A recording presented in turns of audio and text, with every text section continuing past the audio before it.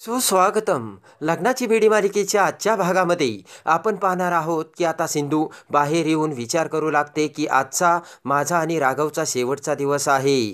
तेव्हा यापुढे मी राघवला कधीच भेटणार नाही. तर तेवढ्यात राघव तिथे येतो. तेव्हा सिंधू ही राघवकडे बघते आणि विचार करते की हा क्षण कधी संपूच नये.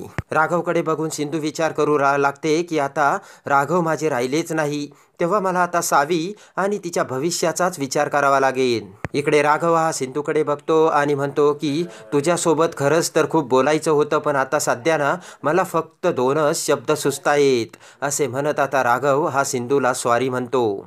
राघव आता सिंधूचे आभारही मानतो. तर सिंधू म्हणते की मी विनूला दिलेलं प्रॉमिस पूर्ण केलंय आणि विनू आता बराही झालाय.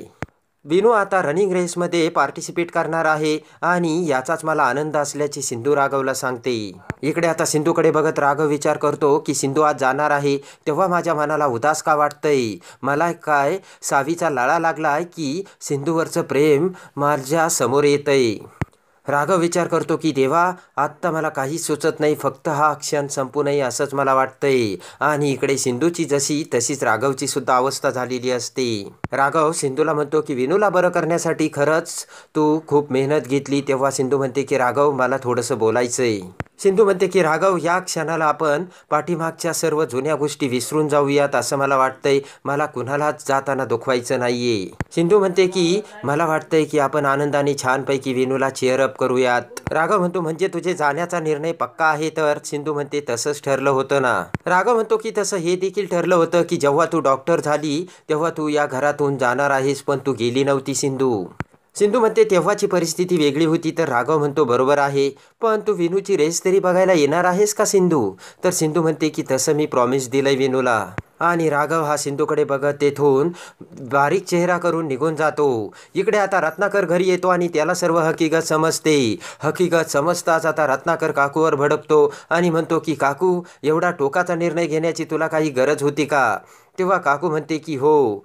ऋतुजा म्हणते की भाऊजी, ती सिंधू ना आता सापासारखी हातपाय आपल्या घरात पसरू राहिली आणि तो राघव सिंधूमध्ये हळूहळू गुंतत चाललाय. तुम्हाला काही कळतंय का? ऋतुजा म्हणते की हे सर्व जे काही चाललंय ना ते राघवसाठी, कारण ती लवकरात लवकर घरातून निघून जावं आणि राघवची तिच्यापासून सुटका व्हावी यासाठीच हे सर्व करतोय आम्ही. रत्नाकर म्हणतो की मला हे अजिबात असं करूशी वाटत नाही. तेव्हा ऋतुराज म्हणतो दादा, तू तर कमालच करतोयस रे. वहिनी जवळची आहे का ती सिंधू तुझ्या जवळची आहे? तेवढ्यात राघव तिथे येतो आणि त्या सगळ्यांना बघून म्हणतो की आज विनूची रेस आहे. तेव्हा काल जे घडलंय ना ते आज विनूसमोर कोणीही आणू नका. तेवढ्यात विनू तिथे येतो. तर राघव म्हणतो विनू तयार आहेस का? तर विनू म्हणतो हो. तर आता रत्नाकर म्हणतो की विनू, मग कॉम्पिटिशन जिंकल्यानंतर कोणते गिफ्ट हवे तुला? राजेश्री म्हणते की मी तर आत्ताच गोडाचा शिरा करून ठेवलाय. तेव्हा काकू सुद्धा म्हणते की काय गिफ्ट हवंय विनू तुला? तेव्हा विनू म्हणतो की मला जे गिफ्ट मागायचंय ना ते मी बाबांना अगोदरच मागून ठेवलंय. हो की नाही बाबा? तर राघव म्हणतो की विनू, हे बघ, आज फक्त आपल्याला रेसवरच कॉन्सन्ट्रेशन करायचंय. त्यानंतर काकू राजेश्रीला विनायकला बाप्पाचं दर्शन करायला घेऊन जायला सांगते. पटकन राजेश्री विनूला घेऊन गणपती बाप्पा समोर येते आणि हात जोडत म्हणते की बाप्पा, आज आमचा विनू रेसमध्ये पार्टिसिपेट करतो, त्याला यश मिळू दे. तर विनू ही गणपती बाप्पाला हात जोडतो. त्यानंतर विनू हा सगळ्यांच्या पाया पडतो. तर सर्वजण विनूला आशीर्वाद देतात. तर आता विनू राघवला विचारतो की डॉक्टर काकू आणि सावी कुठे आहेत? तर रेश्मा म्हणते की त्या आमच्यासोबत येणार आहेत रे विनू. काकू म्हणते की राघव, तू एक काम कर बरं, तू विनायकला घेऊन पुढे जा. तर ऋतुराज म्हणतो की मी पेढेवर जातो आणि नंतर तिकडूनच तिकडे येतो. आणि राघव हा विनूला घेऊन तेथून निघून जातो. तर बाकीचे सर्वजण सुद्धा तिथून जातात. तेव्हा लगेचच काकू ही ऋतुजाला खुणावते. तर रेश्मा आणि ऋतुजा सिंधूच्या दरवाजाजवळ येतात आणि आतमध्ये डोकावतात. तर काकू आता ऋतुजाला दरवाजा बंद करून घेण्यासाठी सांगते. लगेच रेश्मा ही दरवाजा बंद करते. तेव्हा काकू म्हणते की सिंधू, तिने विनायकला जो शब्द दिलाय ना ते ती पाळू शकणार नाही. सिंधू आणि तिची मुलगी रेसमध्ये येऊच शकणार नाही. सिंधू आणि सावी जर रेसमध्ये आल्या नाही तर विनू त्यांच्यावरती चिडेल आणि मग त्याला त्यांचा राग येईल आणि मला हेच हवं असे आता काकू ऋतुजाला सांगते. काकू म्हणते की मी फक्त सिंधूच्या रूमचा दरवाजाच बंद करत नाही, तर सिंधूचा या घरात येण्याचा मार्ग मी कायमचा बंद करत आहे. इकडे आता सिंधू तिच्या रूममध्ये तिची बॅग भरून सावीसोबत जाऊ लागते. दरवाजाजवळ येतात. दरवाजाला कडी असल्यामुळे दरवाजा उघडत नसतो. सावी म्हणते की आई, दरवाजा का उघडत नाहीये? इकडे आता वेणू हा एकटक सिंधू आणि सावीचा विचार करत रेसमध्ये बसलेला असतो. तर आता इकडे अनाउन्समेंट करतात की आता इयत्ता तिसरीची रेस चालू होणार आहे. अनाउन्समेंट राठोड सरांना सर्व स्पर्धकांना तयार करायचे सांगतात. राठोड सर मुलांकडे येतात आणि म्हणतात की हे बघा, थोड्याच वेळात तुमची रेस सुरू होणार आहे, तेव्हा कुणीही जागा सोडायची नाही आणि चर्चा बडबड करायची नाही. आणि राठोड सर निघून जातात. तर ते मुलं आता वेणू समोर येतात आणि वेणूचा पाय लंगडा बघून ते मुले म्हणतात की अरे, याने पण रेसमध्ये भाग घेतला, हा कसा जिंकणार आणि कसा पळणार. तर आता मुलं वेणूला चिडवू लागतात आणि हसू लागतात. तेव्हा वेणू म्हणतो की तुम्ही मला किती जरी चिडवलं ना, तरी मी रेसमध्ये पार्टिसिपेट करणार आहे.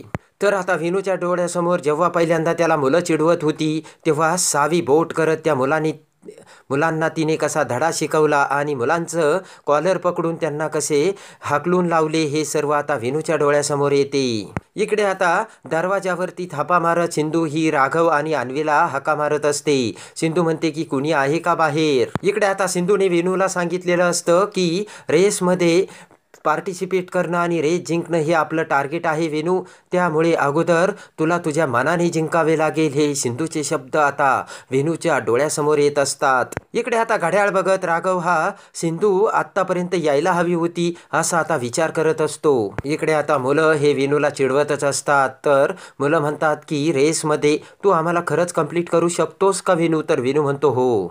एक मुलगा म्हणतो वेणू, तू आत्ताच बॅकआउट कर, तू रेसमध्ये पळूच शकणार नाही आणि जिंकायचंच तर तू सोडून दे वेणू. आत्ता फक्त आम्ही तुला हसतोय, पण नंतर सगळेजण तुला हसतील वेणू, तेव्हा तू आत्ताच माघार घे, असा एक मुलगा आता वेणूला बोलतो. तेवढ्यात राठोड सर तिथे येतात आणि मुलांना म्हणतात की तुम्ही सर्वजण तयार आहात ना. तर मुलं हो म्हणतात. राठोड सर म्हणतात हे बघा, आपल्याला आता स्टार्टिंग पॉईंटला जायचंय, चला. इकडे आता राघव इकडे तिकडे बघत असतो. तेव्हा काकूचे लक्ष राघवकडे जाते. राघव समोर येत काकू म्हणते काय झालं रे राघव, कुणाची वाट बघतोय सासा. राघव म्हणतो की सिंधू आणि सावी इथे रेस बघायला येणार होत्या. तर काकू म्हणते की काय गरज आहे तिची वाट बघण्याची. काकू म्हणते की तिचं काम काय होतं, फक्त वेणूला बरं करणं. तर वेणू आपला आता बरा झालाय, तेव्हा आता तिची काहीच गरज नाहीये. तर आता काकूचे ते शब्द शेजारीच उभा असलेला विनायक ऐकतो.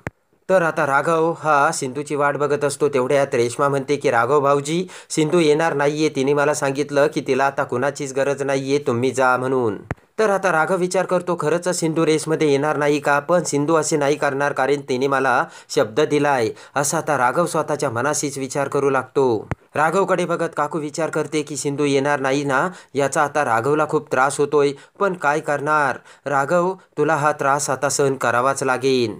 काकू विचार करते की काही जरी झालं ना राघव, मी तुझी आणि सिंधूची कधीच आता भेट होऊ देणार नाही. इकडे आता सर्व मुले त्यांच्या त्यांच्या पॉइंटला येऊन उभे राहिलेले असतात. तर आता वेणू इकडे तिकडे बघत सिंधू आणि सावीला बघत असतो. वेणू विचार करतो की डॉक्टर काकू आणि सावी तुम्ही कुठे आहात. तर आता इकडे राघव, रत्नाकर, राजेश्री काकू सर्वजण टाळ्या वाजवत वेणूला चेअरअप करत असतात. वेणू हा चेहऱ्यावरून उदास असलेला बघून राजेश्री आणि रत्नाकर एकमेकांना म्हणतात की वेणू असा उदास का. तर राजेश्री म्हणते मी सकाळीच त्याची समजूत काढली.